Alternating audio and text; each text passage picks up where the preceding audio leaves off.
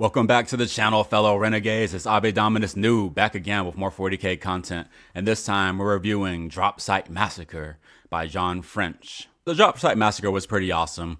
I picked it up because I heard there was some new lore when it came to like Primarch on Primarch power scaling, which in my opinion, it kind of does. I came for the action and I stayed for the emotional attachment.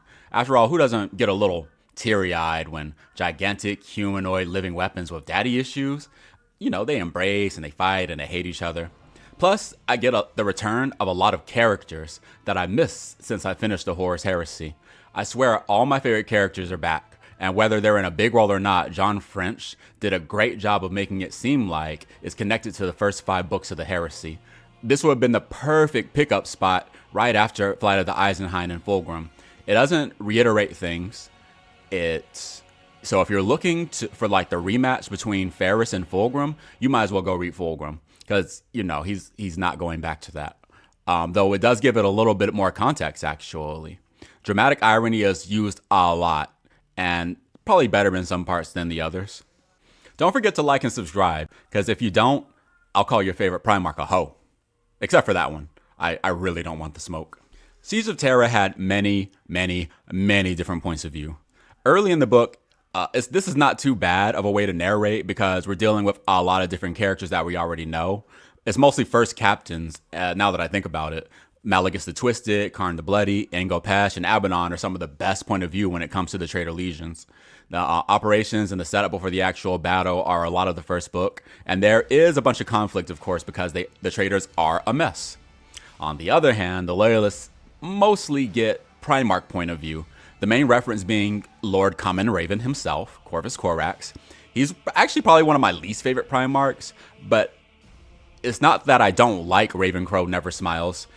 He's kind of a chill dude if you ask me. He definitely should have been in charge instead of Ferris, and you can't even debate this. Ferris really pooped the bed when it came to his first and last Space Marine Civil War battle. 0-1 is a tough record for the tough guy of the Primarchs, and to lose to a twink. Wait a second, this is a video for another time. Anyway, the relationship between the 3 brothers, who become the fathers of the Shattered Legion, is actually probably one of my favorite parts of the book. They know that they're all walking into an obvious trap, and yet Menace is just being straight headstrong, no pun intended. Corvus tries to talk some sense into him with Vulcan, and the scene itself reveals the vulnerability of the tough guy. Fulgrim tried to recruit Ferris, and it triggered some insecurity within him, so it seems like the book better hashed out the explanation for his lack of foresight. It's still kind of silly, but I appreciate the scene. There's even this part where Ferris is refusing to talk and like about why Horus would have even went traitor in the first place and if they should even attack them. And Corvus has to call him out and he's just like, "You will listen, brother." And it's like, it was like hearing your dad yell for the first time. And I'm not talking about one of these soft ass Gen Z gentle parenting dads. I'm talking about like a Red Foreman, put my foot up your ass, like steel worker, where's my dinner type dads. Like even his first captain was like, damn! Also, I never realized that Vulcan was considered the wise one amongst the Primarchs. I thought they looked at his ass kind of like a John Henry of the brothers. I appreciate his recharacterization in this book, but it's just a little bit inconsistent across the series. He might as well be a different character in each book. This type of inconsistency and personality is why a lot of people don't prefer to read about the Primarchs. I agree with that sentiment, but I've read a lot of Marvel and DC comics for a while, and I realized that that's kind of what you get when you have multiple writers writing the same character. Personally, my favorite Vulcan is the half-orc one from Emperor Text's speech. I would like to pet this creature. Don't do that. It would be but a single poop on its noggin. Do not boop that merry suicide bomber. I want to poop the snooze. Mallegus is our main point of view for a lot of the early book. And I said before, I love these characters whose job it is to rein everyone else in so that they can actually function. Cat herders, I call them. I love the Twisted, but I would never, ever want his job. I don't care what anybody says. I love Abaddon, and if you don't, you just don't. My boy really carried the Sons of Horus on his back from like the beginning of the Heresy, and while he doesn't have a huge role this time around, his relationship with Karn is amazing. 2 of my favorite first captains interacting is something I didn't think I would ever get. They get into a fight just so that they can have a conversation, and later Mallegus is just like, bro, like what the fuck? And Abaddon is just sort of like, he's a world eater. What are you gonna do? Speaking of which, the world eaters are back. I love the world eaters, Betrayer is like the best book in all of Horus Heresy. Don't at me, you know it's true. Kargos the Bloodspitter is here, and it's not a big role, but I miss my guy. Karn gets a lot of screen time, and he's having a crisis like, how the hell am I alive? Can't feel my legs, walking zombie kind of arc. He's got a warrior's depression. He needs to find himself and heal at the same time, and babysit Angron, which is not an easy job. When Equerry is the highest rank in your legion, you know that they're in for some shit. Angron is having his own character arc, where for some reason he is hypocritically decided he didn't like the idea of stabbing the loyalists in the back, and is insistent that they should give away their plan and fight them head on. Ridiculous. This is further addressed with the meeting of the traitors, and the 4 Space Marine daddies are discussing strategy. Fulgrim is going over the plan, and Angron is just flipping out over honor. They actually come to blows. Mortarion steps between them and actually starts spitting bars. He called Angron the tyrant son of a king and pointed out his hypocrisy of thinking everyone should die over his belief that none of them even subscribed to. This is a point for Mortarion. He's not really in the book like that, but it was such a good line that I had to applaud when he said it, man. Mortarion is one of the biggest hypocrites among the Primarchs, so you know he was spitting bars from Mars if even me, one of his biggest haters, agrees with him. Fabius Bile and the Noise Marines are here and always welcome. This is like the first test run of the Cacophony, and his main patient, Calpurnius, is there to give us point of view for what it's like to be on Fabius's operating table, and to be his like bodyguard / slave or something. It's pretty messed up what Fabius is doing to his brothers as a YN, and it's pretty easy to see why they all hate him in the Josh Reynolds trilogy. French obviously read or skimmed these books at least because it's right on brand for them. Angron versus Horus was sick. They were trying to keep Angry Ron from warning the loyalists, something that I never thought I'd be crossing off my bingo board. They know he's going to try to do it, so they hide all the communication hubs, and when Angron finds out, he butchers his way through the EC so he can hail the loyalists.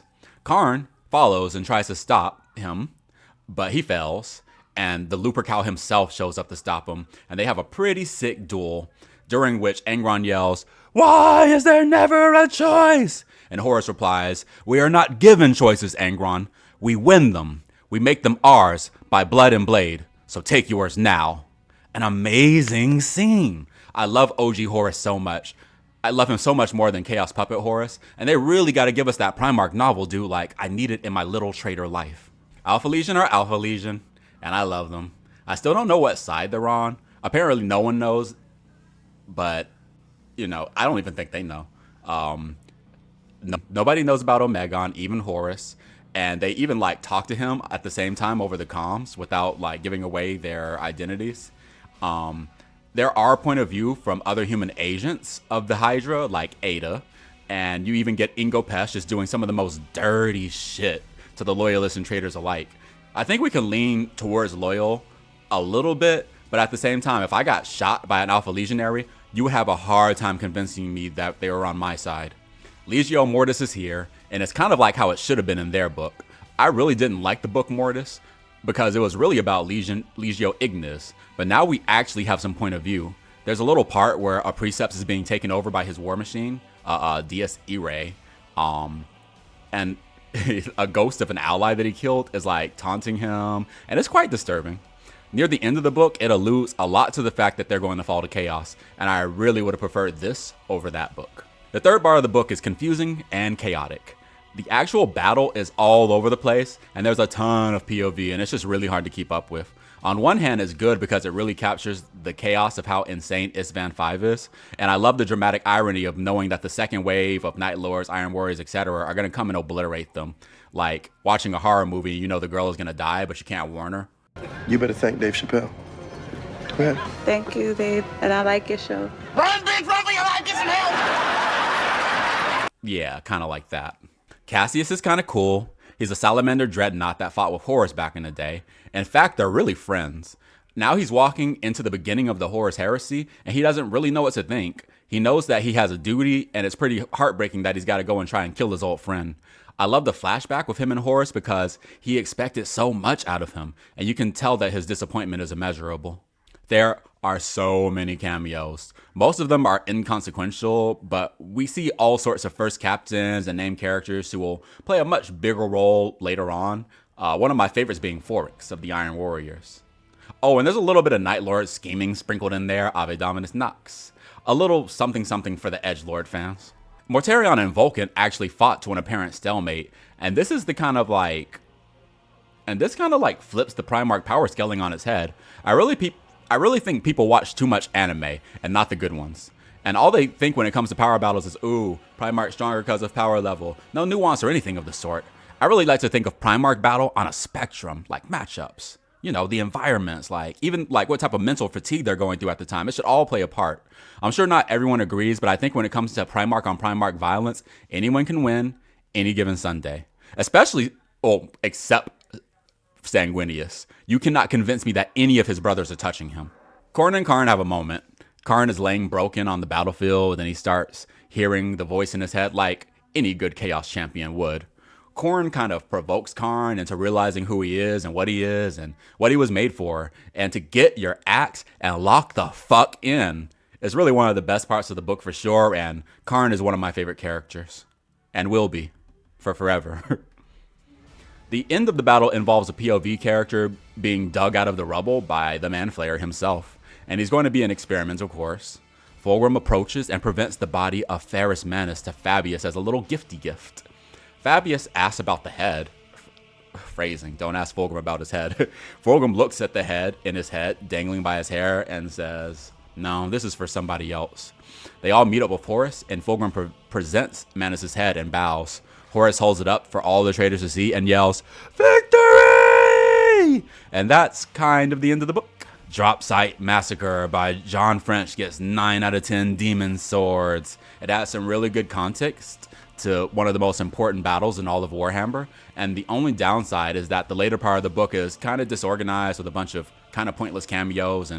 But I would recommend it to any Warhammer fan. It's a must read amongst the Horus Heresy saga. So that was the video. Did you read Dropsite Massacre, and what did you think about it?